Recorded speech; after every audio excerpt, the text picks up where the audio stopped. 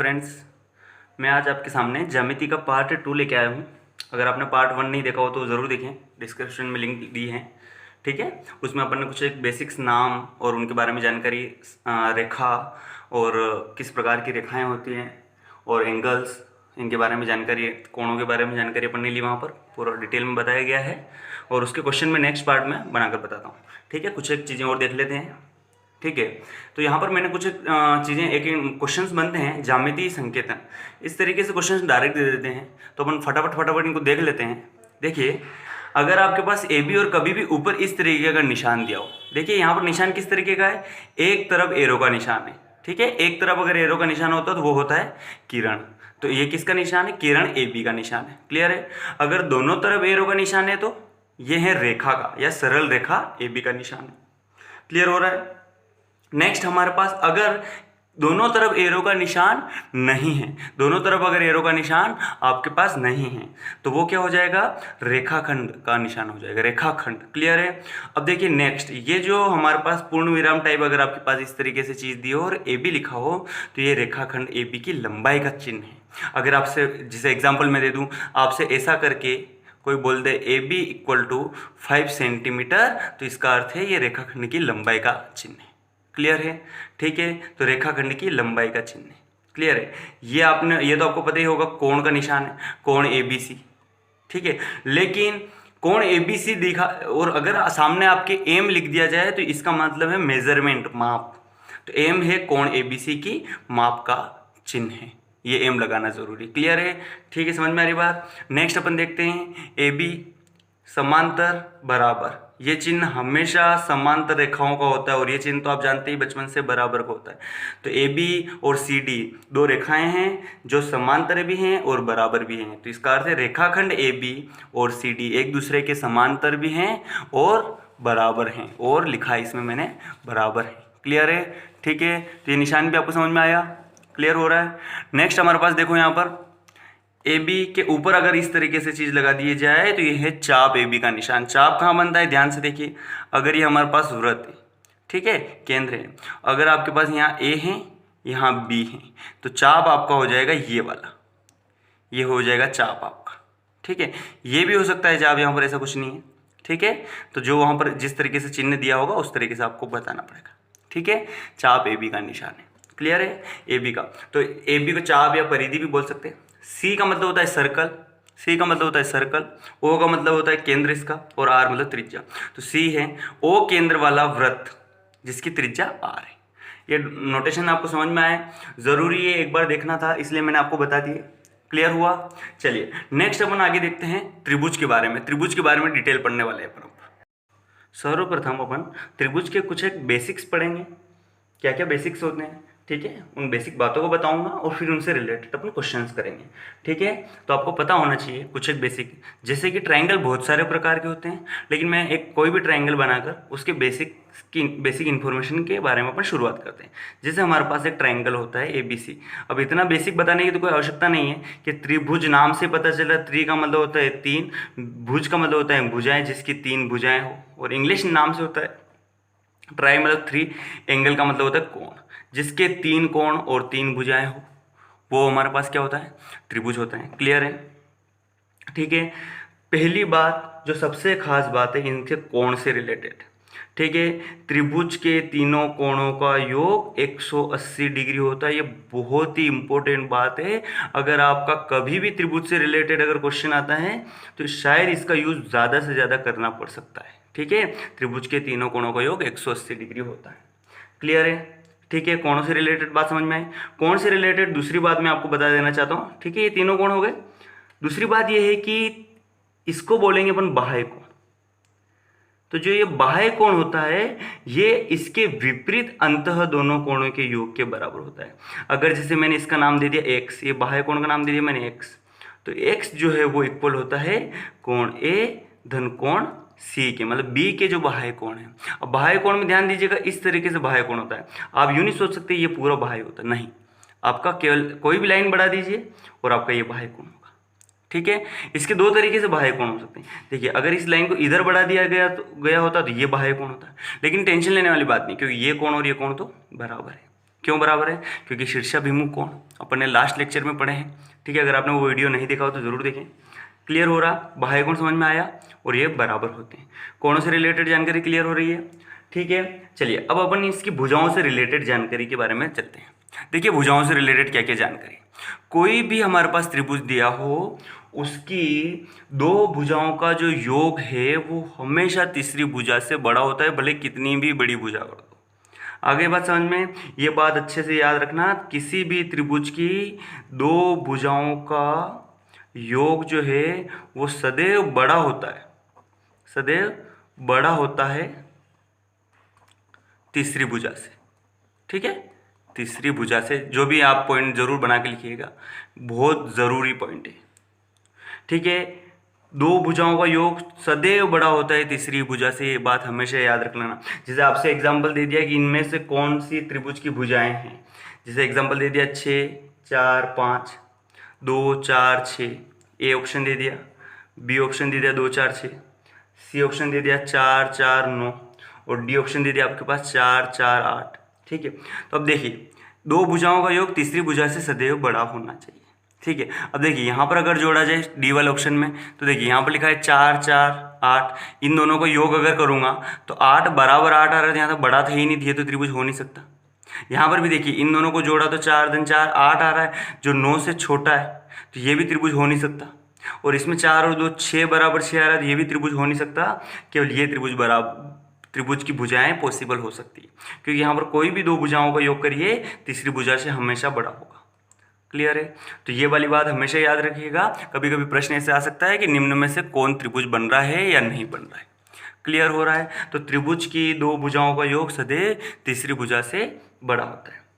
Clear है? चौथा same as point है, अंतर जो अगर दो भुजाओं का योग है, यहाँ पर है दो भुजाओं का अंतर, दो भुजाओं का अंतर जो होना चाहिए ना, वो सदैव सदैव तीसरी भुजा से छोटा, भुजा से छोटा होता है, ठीक है। दो भुजाओं का अंतर, जैसे इन दोनों का अंतर है 6 में 4 गया तो कितना आ रहा है, 2 क्या छोटा है 5 से, बिल्कुल सही बात है।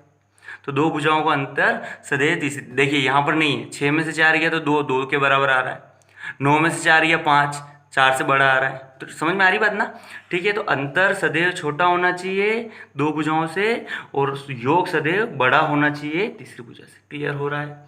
क्लियर है यहाँ तक? त्रिभुज के बारे में बहुत ज़्यादा बेसिक्स बताने वाला हूँ, इतना बेसिक कोई नहीं बताएगा आपको, इसलिए प्लीज़ ध्यान से देखते रहिएगा। आ रही बात समझ में यहाँ तक? नेक्स्ट चलते हैं आगे। देखिए नेक्स्ट ये है कि किसी भी त्रिभुज में अगर आपके पास बड़ा कोण है तो बड़े कोण के सामने की भुजा बड़ी होगी, ठीक है। जितना बड़ा कोण उसके सामने की भुजा बड़ी होगी, ठीक है। तो नेक्स्ट पॉइंट जो भी है, बड़े कोण के सम्मुख भुजा बड़ी होगी, ठीक है, भुजा बड़ी होगी। ये पॉइंट्स आपको पता ही है, ठीक है। नेक्स्ट इसी का मैं एग्जांपल लेके बताता हूँ। जैसे राइट एंगल ट्रायंगल, अगर आपने समकोण त्रिभुज का नाम सुना था, समकोण त्रिभुज की खासियत यह है कि उसका एक कोण 90 डिग्री का होता है। तो समकोण त्रिभुज की सबसे बड़ी भुजा कौन होती है? तो सबसे बड़ी भुजा होती है कर्ण, क्योंकि ये 90 डिग्री के सामने होती है, और चूंकि 90 डिग्री सबसे बड़ा कोण होता है। क्लियर है? किसी भी समकोण त्रिभुज का, ठीक है। अधिक कोण में 90 डिग्री से बड़ा कोण होता है, न्यून कोण त्रिभुज में सभी कोण 90 डिग्री से छोटे होते हैं, ठीक है। तो इसलिए यहाँ पर कर्ण सबसे बड़ी भुजा होती है। क्लियर हो रहा है यहाँ तक? ठीक है। नेक्स्ट अपन चलते हैं और त्रिभुजों में क्या क्या खासियत है। तो एक समकोण त्रिभुज से ही रिलेटेड मैं बता देता हूँ कि समकोण त्रिभुज में सबसे बड़ी भुजा कर्ण होती है। अब देखिए यहाँ पर ये कर्ण होती है, ये इसका लंब होता है और ये उसका आधार होता है, ठीक है। तो समकोण त्रिभुज में आपको मैं पाइथागोरस प्रमेय थोड़ा सा लिखकर बता देता हूँ। पाइथागोरस प्रमेय केवल और केवल पहली बात है समकोण त्रिभुज में ही लगती है, और पाइथागोरस प्रमेय बोलती है कि कर्ण का स्क्वायर, जो सबसे बड़ी भुजा है उसका स्क्वायर जो होता है, इन दोनों के वर्गों के योग के बराबर होता है। डायरेक्ट इनके नहीं, इनके वर्गों के, लंब का स्क्वायर धन आधार का स्क्वायर, इनके वर्गों के योग के बराबर होता है। क्लियर हो रहा है? अगर ये कंडीशन है तो ये हमारे पास कंडीशन, ये हमारे पास किसके लिए है? समकोण त्रिभुज के लिए। किसके लिए? समकोण त्रिभुज के लिए। क्लियर हो रहा है? अगर यहाँ पर इनसे रिलेटेड में और चीजें एक और बताने वाला हूं कि अगर कर्ण का स्क्वायर जो है, अगर कर्ण का स्क्वायर जो है वो छोटा है लंब का स्क्वायर धन आधार का स्क्वायर से, ठीक है, आधार के स्क्वायर से छोटा है तो ये न्यून कोण त्रिभुज में होगा। और कर्ण का स्क्वायर जो है वो बड़ा है अगर लंब का स्क्वायर धन आधार का स्क्वायर के, तो ये अधिक कोण त्रिभुज में होगा। ये जरूर आपने ये देखा होगा, लेकिन ये 2 पॉइंट शायद कम देखे होंगे, तो इन 2 पॉइंट को भी थोड़ा ध्यान दीजिए कि कर्ण अगर बराबर होगा तो समकोण, लेकिन कर्ण अगर छोटा होगा, कर्ण का स्क्वायर जो पाइथागोरस प्रमेय है तो वो न्यून कोण त्रिभुज के लिए, और कर्ण का स्क्वायर अगर बड़ा होगा तो वो अधिक कोण त्रिभुज के लिए। यहाँ तक आपको समझ में आ रही बातें कि नहीं आ रही है? क्लियर हुआ? ये पॉइंट्स क्लियर हो रहे हैं? और देखते हैं अपन, जैसे हमारे पास कि आपने नाम सुना होगा समबाहु त्रिभुज, बहुत ही इंपॉर्टेंट त्रिभुज है। इसके पास जितनी क्वालिटी होती है उतनी किसी के पास नहीं होती है, ठीक है। समबाहु त्रिभुज, नाम से पता चल रहा है समबाहु। सम मतलब समान, बाहु मतलब भुजाएं, समबाहु त्रिभुज, ठीक है। तो समबाहु त्रिभुज की खासियत ये होती है कि उसकी तीनों भुजाएं समान होती हैं, समान भुजाएं, समबाहु त्रिभुज। और अगर तीनों भुजाएं समान हैं तो तीनों कोण भी समान होंगे। और ऑब्वियस बात है, तीनों कोणों का योग शुरू अपन ने देखा कितना होता है पहली बार में, 180 डिग्री तीनों को बराबर दे दिया जाए तो 60-60 डिग्री। तो समबाहु त्रिभुज की खासियत तीनों भुजाएं बराबर, तीनों कोण बराबर, तीनों कोण 60-60-60 डिग्री के हैं, और भी इसकी माध्यिकाएं बराबर होती हैं, ठीक है। इसके शीर्षलंब बराबर होते हैं, बहुत सारी। सबसे अगर ज़्यादा खासियत अगर किसी की देखी जाए तो वो होती है समबाहु त्रिभुज की। क्लियर है? ठीक है, समबाहु त्रिभुज समझ में आया। नेक्स्ट, नाम से ही मैं आपको यहाँ पर क्लियर करा देता हूँ, सम द्विबाहु। सम मतलब समान। यहाँ पर प्लीज ज्योमेट्री में ध्यान दीजिएगा, सम का मतलब होता है समान, केवल समकोण में नहीं लगता है। समकोण जब भी आए आपका 90 डिग्री सोच लेना है, बाकी सभी जगह सम का मतलब होगा समान ज्योमेट्री में, ज्यामिति में। क्योंकि अगर अपन बीजगणित पढ़ते हैं, सांख्यिकी पढ़ते हैं, तो उनमें तो सम का मतलब हमारे पास सम संख्याएं होती हैं जिनमें 2 से भाग जाते हैं, लेकिन यहाँ नहीं। क्लियर है? तो सम मतलब समान, द्वि का मतलब होगा 2, और बाहु का मतलब भुजाएं। तो समद्विबाहु का क्लियर है, समान 2 भुजाओं वाला त्रिभुज क्या कहलाता है? समद्विबाहु त्रिभुज। अगर किसी भी त्रिभुज की 2 भुजाएं आपको समान दिख जाए तो उसको अपन बोलेंगे समद्विबाहु त्रिभुज। और इसकी खासियत होती है, बराबर भुजाओं के सामने के कोण क्या होते हैं? बराबर होते हैं। क्लियर है? समद्विबाहु त्रिभुज समझ में आया। नेक्स्ट हमारे पास है विषम बाहु त्रिभुज। नाम से पता चल रहा है, इसको मैं ज़्यादा बनाऊंगा नहीं। विषम बाहु त्रिभुज, विषम का मतलब होता है असमान, यहाँ पर असमान, असमान त्रिभुज। अगर किसी भी त्रिभुज की तीनों भुजाएं असमान हो तो वो हमारे पास विषम बाहु त्रिभुज कहलाता है। क्लियर हुआ त्रिभुजों का? ठीक है, नेक्स्ट देखते हैं समरूपता। देखिए, समरूपता में नाम से पता चल रहा है जिनका रूप समान हो, ठीक है। तो त्रिभुज की ये बहुत ही इंपॉर्टेंट खासियत है। यह मैं अभी त्रिभुज की नहीं बता देता हूँ, सभी किन्हीं भी आकृतियों में आप समरूपता नाम बहुत ही ज़्यादा देखेंगे। समरूप का अर्थ है जिसका रूप समान हो। रूप समान हो मतलब जो दिखने में एक जैसे दिखें, ठीक है। रूप, जिनका रूप, या इसको अपन इंग्लिश में बोल सकते हैं शेप, शेप जो है उनका समान हो, ठीक है। लेकिन वो बड़े छोटे हो सकते हैं, ठीक है। उनका रूप एक जैसा दिखना चाहिए, और वो हमारे पास आकार में बड़े छोटे हो सकते हैं, ठीक है। आकार उनका अलग अलग हो सकता है, कोई बड़ा हो सकता है, कोई छोटा हो सकता है, लेकिन केवल रूप समान होना चाहिए। जैसे एग्जाम्पल में बताया था, कोई भी, क्या ये बात सही है जो लिख रहा हूँ? कोई भी दो रेखाखंड सदैव समरूप होते हैं, सदैव समरूप होते हैं। सही बात है क्या? बताइए। बिल्कुल सही बात है, क्योंकि रेखाखंड या तो यूं गया या यूं गया, लेकिन रेखाखंड तो ऐसा कैसे ही होगा ना, बड़ा छोटा से कोई फर्क नहीं पड़ता है। तो 2 रेखाखंड सदैव समरूप होते हैं, ये परफेक्ट बात है। क्या 2 वृत्त? बिल्कुल सही बात है। एक वृत्त यहाँ बना दिया, एक वृत्त यहाँ बना दिया, एक वृत्त यहाँ बना दिया, 2 हो 3 हो, समरूप होते, हमेशा इनका रूप एक जैसा है। या तो देखिए इन लाइनों को जरूर याद रखिएगा। 2 रेखाखंड सदैव समरूप होते हैं, 2 वृत्त सदैव समरूप होते हैं, 2 वर्ग जो होते हैं वो सदैव समरूप होते हैं, क्योंकि वर्ग जो है बड़े छोटे हो सकते हैं लेकिन एक ही जैसे होंगे, क्योंकि सभी 90 डिग्री और चारों भुजाएं इनकी बराबर होती हैं। 2 समबाहु त्रिभुज जो होते हैं वो भी हमेशा समरूप होते हैं। क्लियर है, बड़े छोटे से कोई फर्क नहीं पड़ता है। 2 समबाहु त्रिभुज भी सदैव समरूप होते हैं। ठीक है, 2 आयत जरूरी नहीं है। अगर आपसे बोल दिया जाए 2 आयत समरूप होते हैं तो ये गलत बात है, या 2 त्रिभुज अगर बोल दिया जाए तो बिल्कुल गलत बात है। कोई भी 2 त्रिभुज सदैव समरूप नहीं होते हैं। 2 त्रिभुज या 2 आयत कभी भी ऐसा जरूरी नहीं है कि वो समरूप हो। क्लियर बात, समझ में आ रही बात यहाँ तक? क्लियर है, ठीक है। नेक्स्ट देखते हैं अपन सर्वांग समता। सर्वांग समता एक ऐसा टर्म है, नाम से पता चलता है, सर्व मतलब सभी, जिसके सभी अंग समान हो वह सर्वांग सम कहलाता है। और समरूपता में केवल रूप समान होना चाहिए। क्लियर है, समरूपता अपन पहले देख चुके हैं। और सर्वांग सम में हमारे पास सभी चीज़ें समान होनी चाहिए, सभी अंग समान होना चाहिए। जैसे मैं एग्जांपल दे दूँ, ये 2 पेन जो आपको दिख रहे हैं, ठीक है, ये सभी तरफ से समान है।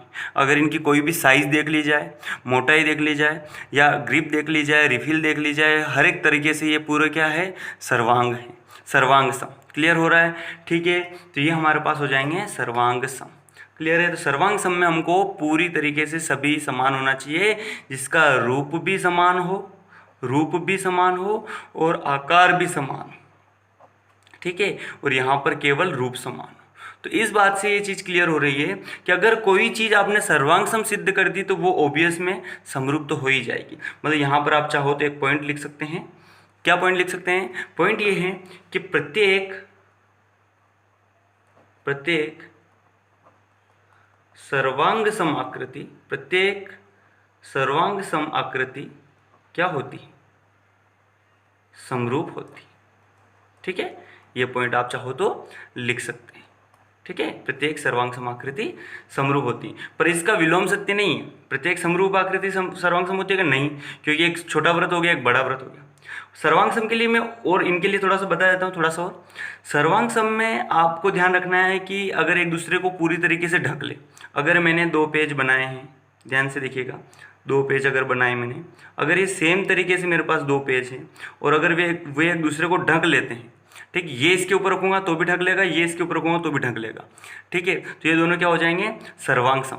लेकिन जैसे मैंने एक वृत्त यहाँ पर बना दिया और एक वृत्त यहाँ पर बना दिया, ठीक है, ये इसके ऊपर रखूँगा तो ढक लेगा ये, लेकिन ये इसके ऊपर रखूँगा तो क्या ढक पाएगा? नहीं।